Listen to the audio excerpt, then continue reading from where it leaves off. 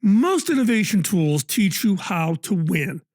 Inversion thinking teaches you how to lose on purpose. It's so you can catch the failure while you can still change course. Every playbook, every case study, every innovation workshop is built on the same question. How do you succeed? You map the path forward, you model the upside. Nobody teaches you to ask the really hard questions.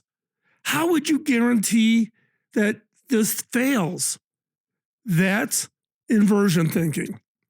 Charlie Munger called it one of the most useful tools he had, and he used it for 60 years. Most innovators know the quote. Almost none of them actually use it.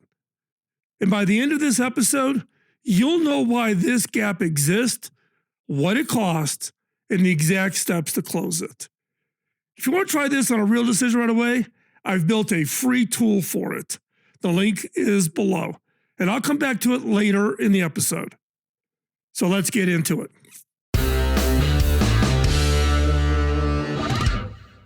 What is inversion thinking? Inversion thinking is the practice of reasoning backward from failure.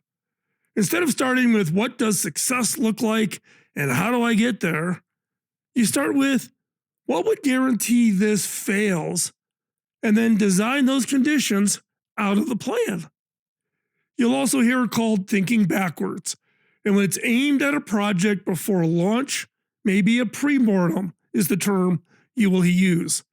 Munger's rule was 3 words: invert, always invert. Or in his blunter version, the quote that everybody likes to quote from Charlie, all I want to know is where I'm going to die, so I'll never get there. People hear this and think pessimism. It's not. A pessimist names the failure and stops there. Inversion names the failure and uses it to redirect the plan while the fix is still cheap to implement. Now, in this case, I'm going to go back to my HP heritage and share with you a story. I'm not sure I've ever shared it on the podcast before or here on the YouTube channel, but here you go. I'm going to go way back to 2005. HP built a technology and launched it called Halo. For a short period of time, Halo actually reported to me when I was CTO at HP. It was the best telepresence system in the world.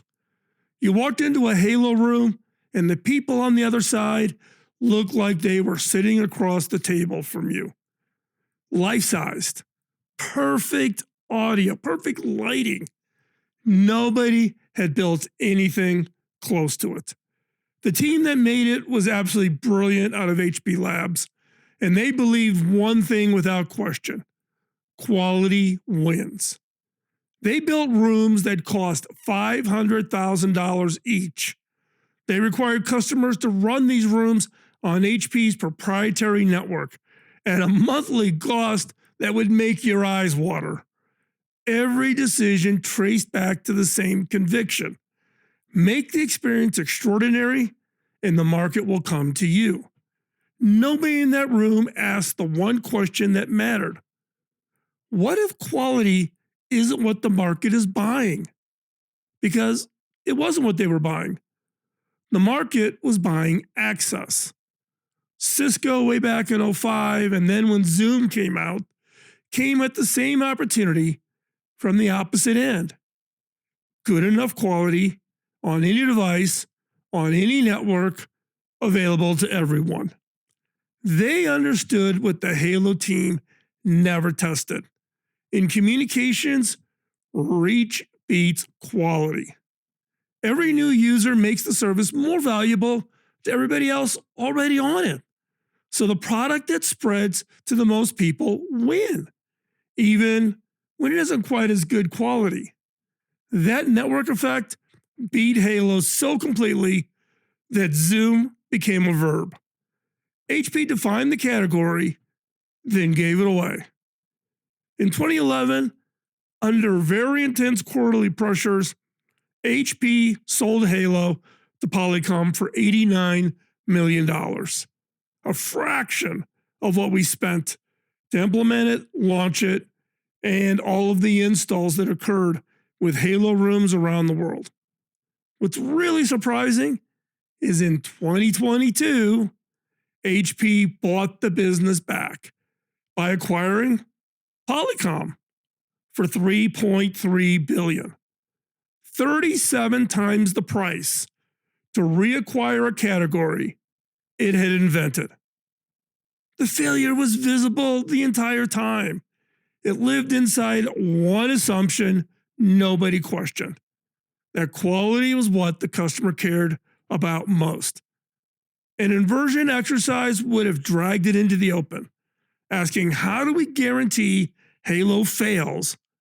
And one honest answer was already the plan.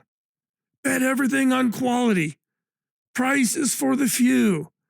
Lock it in on our own network. Leave the rest of the market wide open for a cheaper rival. No crystal ball required.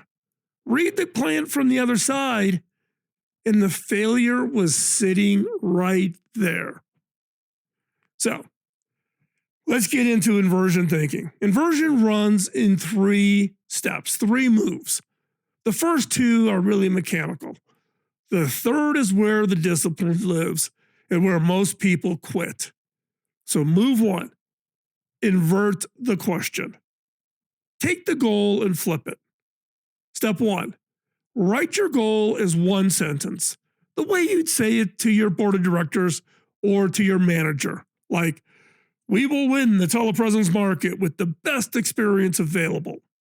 Okay, so people can sign off on that. Step 2, turn it into a failure question. Same goal, opposite direction. Like, how would we guarantee we lose the telepresence market? Step 3, list every path to that failure. Don't rank them. Don't defend anything. Write down every way it could happen, including the ones that feel unlikely or embarrassing to say out loud, like price, distribution, a competitor's move, a wrong read on the customer. Now, step 4, sort each one based on if it's recoverable or not. A slow first year is recoverable. Letting a competitor own the network effect while you keep owning the high end is not recoverable. The one you can't undo are what matter here. Set the rest aside. Okay, now you got your list. Move 2, find the load-bearing assumption.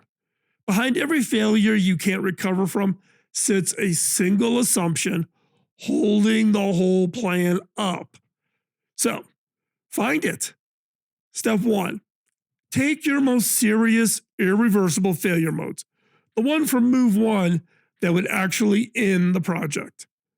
Step 2, ask what would you have to be true for that failure to never happen. For Halo, enough customers will pay a large premium for superior quality, and they'll do it fast enough to matter. That sentence is the load-bearing assumption. Now, step 3, ask whether you tested that assumption or you inherited it. Did you confirm it with evidence, or did it just ride along with the idea because it felt obvious, it felt comfortable? Everybody loves quality. The Halo team inherited theirs. Quality felt like, well, it's an objective good. So nobody checked whether the market agreed. And step 4, if you can't point to the evidence, you've found your real risk. A plan resting on an untested, load-bearing assumption is a bet wearing the costume of strategy. Doesn't matter how solid the rest of it looks, it will ultimately not end with a good result. Now, move 3, decide what you're going to do with it. Once the assumption is exposed, you really have 3 honest choices. First, you can kill it. If the assumption is false and the failure is irreversible, Stop now while the stopping is still cheap. 2. Change the plan so the failure mode disappears. The Halo room had time to do this. A software tier on any network at lower quality to build the user base and the network effect, with the premium rooms kept for the customers who would pay for them. They would have owned both. The plan allowed it. The conviction did not. Or 3, proceed with the bet named out loud. Sometimes you take the risk on purpose, eyes wide open, because the upside justifies it. Now that's legitimate. Taking the same risk by accident, however, nobody said the word assumption in the room, is not valid. The one move you cannot make is to see the failure mode and proceed as though you hadn't seen it. Now that isn't confidence. It's the most expensive form of hope there is. Now, one of the challenges in inversion thinking is you cannot do this alone. You know the 3 moves now. The hard part is running them on your own project, your own work. You can't fully see your own assumptions. You built the plan. You believe in it. The assumption holding it up feels so obvious that questioning it never occurs to you. The Halo team wasn't careless. They were the best in the world at what they did, and that was the problem. The more expert you are, the more your assumptions feel like facts, and the less it occurs to you to test them. Then there's the room. All the managers, all the leaders. Even when someone can see the failure coming, the dynamics of teamwork and friendships work against it saying it out loud. You earn standing by backing the plan, not by listing all the ways it's going to die.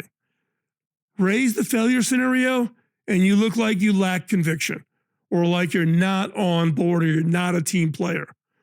So the failure half room quietly senses they stay unspoken until it gets really expensive to fix it.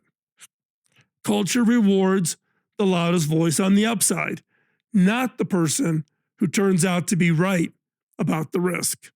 Those are 2 walls. You can't see your own assumptions, and the people who might see them are discouraged from speaking. Reality is, this is where you can use AI. AI has none of these problems. No ego in the plan, no career to protect, no boss to impress, no reason to soften the bad news to keep the room comfortable. Point AI at your work. Tell it to find the failure, and it will without flinching and without politics. It won't make the call for you. It surfaces the failure modes you're too close to see, then you do the judging. That's how you practice this skill on your own. You sit down with a real decision and a partner that has no reason to spare your feelings. So now I've built an inversion thinking AI prompt set for exactly that. You can catch it in the show notes, or the link is in the description below.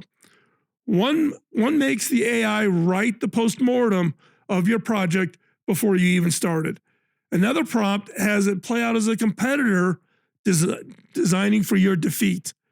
A third one walks you to the single assumption your whole plan is betting on. You bring the decision and the judgment. The prompts make sure nothing gets skipped just because it's uncomfortable to look at. Here's your work this week. Take one real decision you're sitting on, something with actual stakes, and run it through the AI prompts. It's free over at innovation.tools, or use the link in the description. Now, face it, inversion thinking is about also the long game. The people who use it aren't more negative than their peers.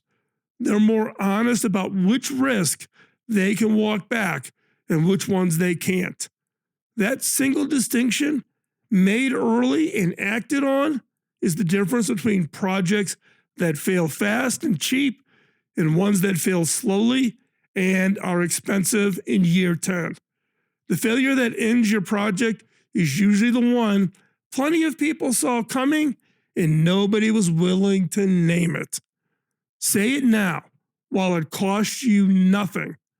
So here's my suggestion. We're going to be covering a series of these types of skills around making sure your project is successful.